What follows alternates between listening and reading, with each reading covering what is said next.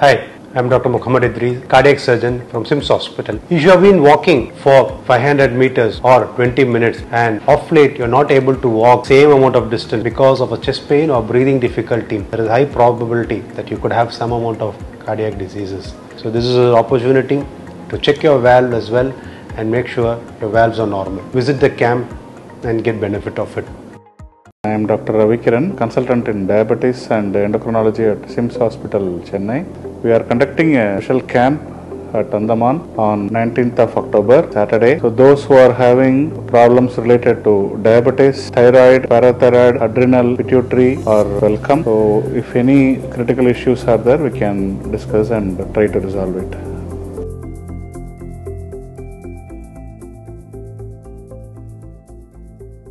जय हिंद। मैं असलम न्यूज़ अंडमान 24/7 में आप सभी का स्वागत करता हूं। इस वक्त मैं आया हूं लाल पहाड़ के इस क्षेत्र में। यहाँ के कई लोगों ने हमसे संपर्क किया बिजली की कटौती की समस्या। अभी कुछ दिनों से जो है इनके यहाँ पे बहुत ज़्यादा बिजली की कटौती की जो समस्या है ये बढ़ती जा रही है। जब हमने यहाँ के कुछ लोगों से बात करने के प्रयास की तो उनके द्वारा ये हमें पता चला कि ये यहाँ का ये जो क्षेत्र, जो लाल पहाड़ जो ये क्षेत्र है, यहाँ पे अभी से नहीं कई वर्षों से बिजली की कटौती की समस्या चल रही है। माने कई वर्ष पहले अगर ऐसे कईयों का ये भी कहना है आज से 5 साल 10 साल पहले जो है यहाँ पे बिजली तो रहता ही नहीं था, आने की बात तो दूर की है। और कुछ ही वर्ष पहले यानी 2 या 4 साल पहले ही ऐसे बताया जा रहा है कि जब इनके यहाँ पे कुछ 5 या 6 साल पहले जो इनके यहाँ पे स्ट्रीट लाइट आया भी है तो इनके स्ट्रीट लाइट्स जो है कभी जलते ही नहीं है। अब ये बिजली के कारण, बिजली की कटौती के कारण है या फिर विद्युत विभाग के कर्मचारियों के नेग्लिजेंसी के कारण है या फिर जिसके भी कारण है, हमें इसकी बात हम ज़रूर करेंगे, हम लोगों से जानने की ज़रूर प्रयास करेंगे। तो अभी मैं ले चलता हूँ सीधे इस कवरेज की तरफ। जितना हो सके हम दिखाएंगे आपको कितने लोग यहाँ के बिजली की कटौती की समस्या से जूझ रहे हैं। तो अभी हम लाल पहाड़ के जो निवासी है इनसे हम बात करने की कोशिश करेंगे और जानेंगे बिजली की कटौती की समस्या यहाँ पर किस प्रकार, किस हद तक फैली है। जय हिंद मैम। जय हिंद जी, बताइए। हम यहाँ लाल पहाड़ में रहते जी। और यहाँ मतलब बिजली का समस्या बहुत है जी। जैसा कभी वोल्टेज नहीं रहता है या फिर दिन में कट जाता है।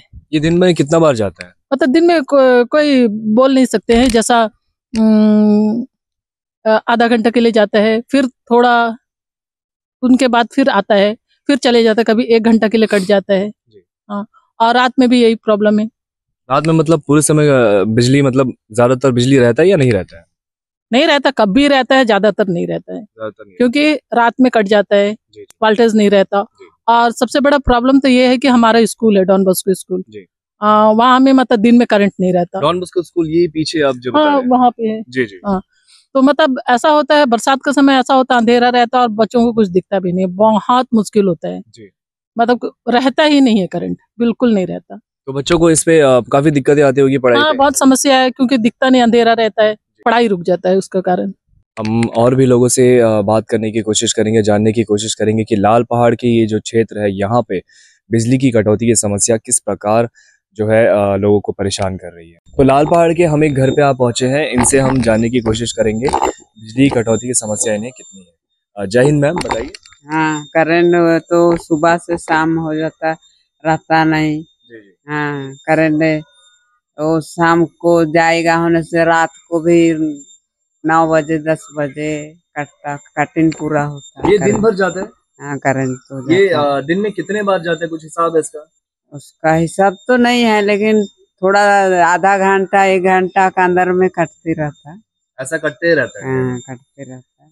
हाँ, बारिश नहीं रहने से भी, हवा पानी रहने से तो कटौती होता ही है, लेकिन जो बारिश पानी नहीं रहने से भी कटता, पूरा जंगल एरिया की तरह कटता है। घर में तो करंट तो मांगता है, रात को भी आदमी काम करके आएगा तो थोड़ा करंट रहने से तो अच्छा चैन से आदमी सो भी पाएगा, खाने भी सकता है। जैसे बुजुर्ग महिला है, उनके पीछे बुजुर्ग व्यक्ति है, उनके बेटे हैं, ये सभी जो है बिजली की कटौती की समस्या से परेशान है, कैसे जूझ रहे हैं। इस ऐसे लाल पहाड़ के इस क्षेत्र में यहाँ पर रह करके, यानी इनसे ये भी पता चलता है कि लाल पहाड़ के इस क्षेत्र में जो है बिजली की कटौती काफी ज्यादा मात्रा में हो रही है। लाल पहाड़ की एक महिला जो है हमारे बीच उपस्थित है, बताना चाहेंगे बिजली की समस्या को लेकर। जय हिंद। जी, यहाँ पे बिजली को बहुत प्रॉब्लम होता है। यहाँ हमें बहुत तकलीफ होती है, तो अंडमान प्रशासन से मैं रिक्वेस्ट करती हूँ कि यहाँ जो प्रॉब्लम है वो सॉल्व करे।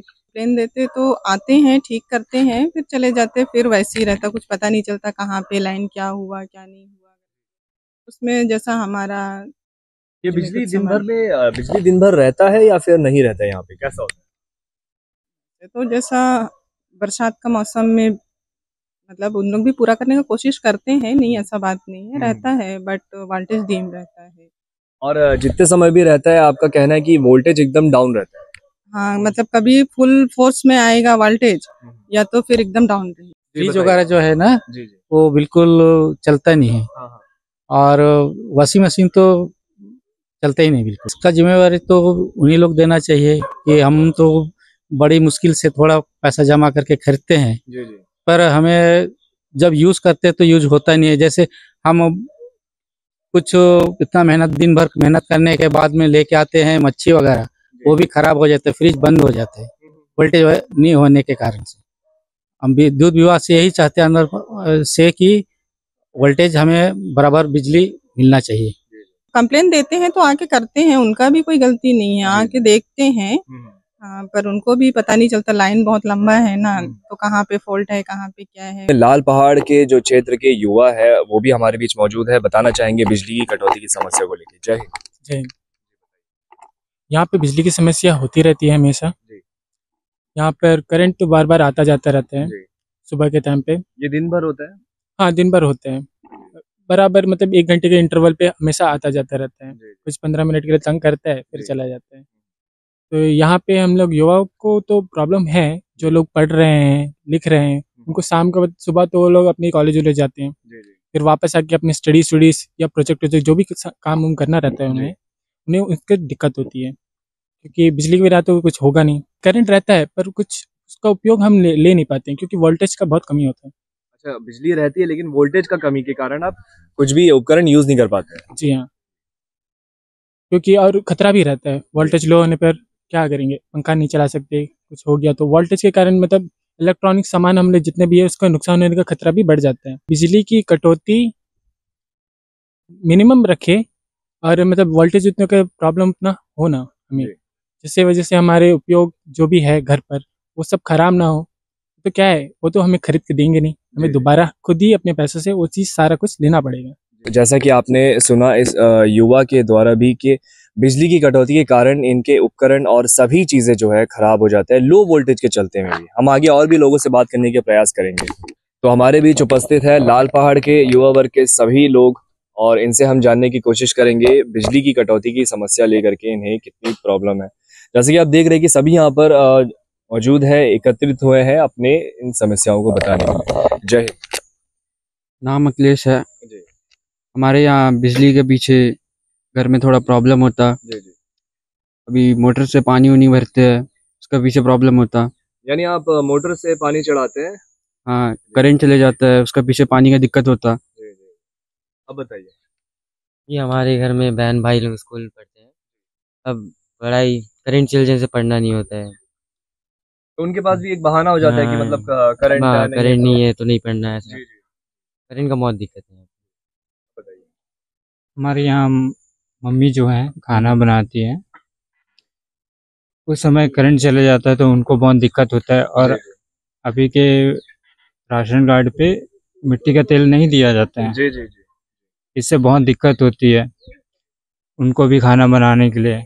और इन लोगों का कोई टाइमिंग नहीं है करंट काटने का, कभी भी जब चाहे काट देंगे, जब चाहे ऑन कर देंगे।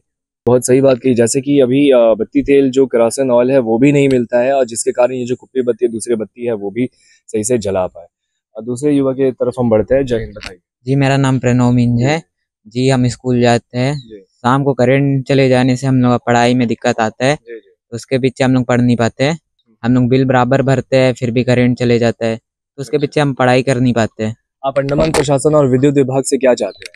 जी करेंट उतना नहीं काटे। एग्जाम अभी आता है, अभी 10th का वही बोर्ड खत्म हुआ है, उसमें भी पता नहीं क्या होएगा हम लोग का। करेंट रात को पढ़ने समय करेंट चले जाता है। तो देखिए कैसे ये युवा जो है परेशान है बिजली की कटौती को लेकर के, क्योंकि कहीं ना कहीं ये प्रभाव इनके शिक्षा में भी पड़ता है बिजली का नहीं होने से भी। जय हिंद, हम आपसे जानना चाहेंगे, बताइए। जी हमारे यहाँ हमारी मम्मी मतलब घर पे काम करती है, तो मतलब कपड़ा वपड़ा धोने के लिए वॉशिंग मशीन है। तो अभी करंट नहीं रहता, बिल तो बराबर भरते, पर अभी करंट नहीं रहता तो कपड़ा धोने नहीं होता। अभी स्कूल पढ़ता ना, तो सुबह अभी यूनिफॉर्म पहनना रहेगा, तो रात को भी मतलब शाम के टाइम धोने नहीं होगा, तो इस्त्री करने के लिए भी तो मतलब बिल बराबर भरते पर करंट देते नहीं, तो बड़ा समस्या होता है। हम चाहते हैं कि मतलब हम लोग पैसा दे के भरते तो हमें पूरा हक है कि मतलब इलेक्ट्रिसिटी पूरा मिले बिल। जी बहुत बहुत खूब बात कही है इस युवा ने भी यहाँ पर, और हम कोशिश करेंगे आगे भी और लोगों से बात करने की। तो कैसे यहाँ पे युवा वर्ग के लोग सभी परेशान है, ये आपने देखा और आपने जाना, और भी हम कोशिश करेंगे आगे लोगों मैं एक स्टूडेंट हूँ और हमारे घर पे इलेक्ट्रिसिटी चाहिए होती है पढ़ने के लिए, लेकिन जैसे ही शाम होती है तो वोल्टेज इतना लो हो जाता है कि मैं पढ़ ही नहीं पाती हूँ, और मेरे रूम के तो लाइट एकदम ब्लिंक होना स्टार्ट हो जाती है। सिर्फ पढ़ाई के लिए ही नहीं, जैसे कि हमारा वॉशिंग मशीन है वो चलता नहीं है। मेरी माता जो है उन्हें प्रॉब्लम है, तो वो हर टाइम कपड़े नहीं धो सकती है हाथ से, तो हमें वॉशिंग मशीन की जरूरत होती है। मैं भी घर पर नहीं होती हूँ हर टाइम, तो हमें वॉशिंग मशीन की जरूरत होती है, लेकिन वो भी है कि चलता नहीं है। फिर हमारे पानी उठाने के लिए हमें मोटर की जरूरत होती है ऊपर सिंटेक्स में डालने के लिए, तो उस टाइम मोटर भी खराब हो जाता है। इस वजह से हमारे 2 मोटर खराब हो चुके हैं। ये अभी जो आपने बताया पानी जो आप चढ़ाते हैं, ये कैसे, मतलब आप लोग के मेन लाइन से पानी नहीं आता है अगर सीधे नहीं आता है?